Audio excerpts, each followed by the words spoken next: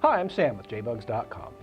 With the throwout shaft, bushing, and spring replaced, in our last video we can get on with our originally planned repair, replacing the clutch cable and swapping out the stock accelerator pedal for a roller pedal.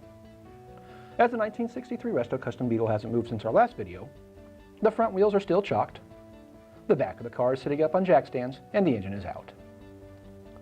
The clutch cable adjustment nut is loosened from the cable with a wrench. Holding the cable with a pair of pliers or vice grips is usually necessary to keep the cable from twisting while removing the nut. 1966 and later models have a wing nut and wouldn't need a wrench. Then inside the car, the accelerator pedal linkage is disconnected, so the pedal can be pulled away from the assembly. Then the two 17mm pedal assembly bolts are removed. The accelerator cable is pulled off the linkage end, and the brake pedal pushrod clip is pried up with a flathead screwdriver, so the pushrod pin can be removed. Then the pushrod is removed from the master cylinder and brake pedal. Now the pedal assembly can be pulled away from the tunnel a bit, so the clutch cable can be disconnected from the pedal hook, and the assembly can be removed from the car. The accelerator cable is pulled from the tunnel, followed by the clutch cable. The cables are probably greasy, so be cautious if you have a nice interior. Back at the rear of the car, the stock Bowden, or clutch cable tube, is pulled from the tunnel and the transmission, along with the remnants of the old accelerator cable tube and the clutch tube boot.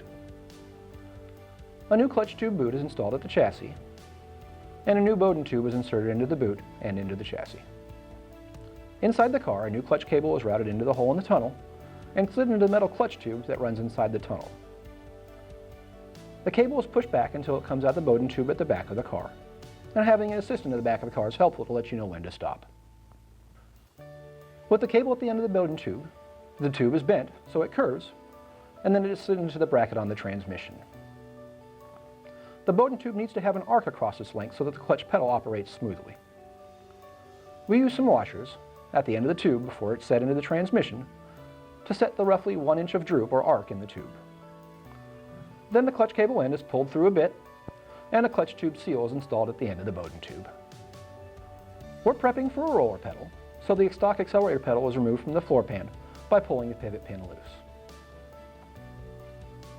We prefer running a heavy-duty accelerator cable, so we need to modify the accelerator cable tube on the chassis for the longer end on the cable. The tar board is trimmed back on the tunnel to expose the full length of the metal tube, and then the tube is pried away from the tunnel a bit so that it can be cut with a cutoff disc on a grinder. After cutting through as much of the tube as we can without cutting into the tunnel, the tube is bent back and forth with a screwdriver to tear the tube away from the chassis.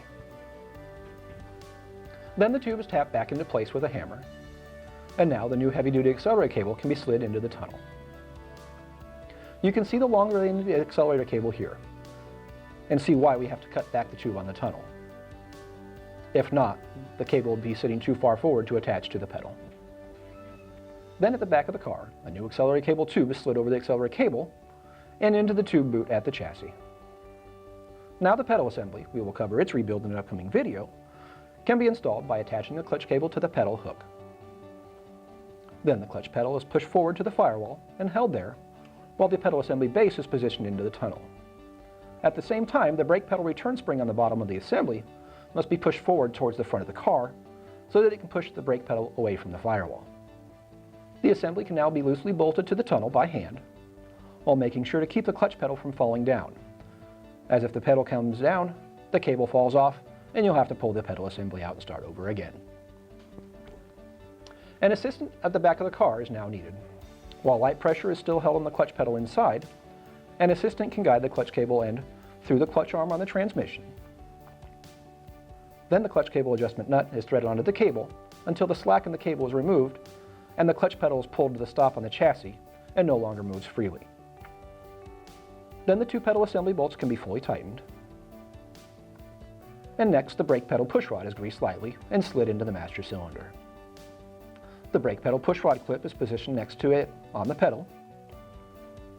Then the brake pedal pushrod pin is slid into place and seated with the help of a chisel.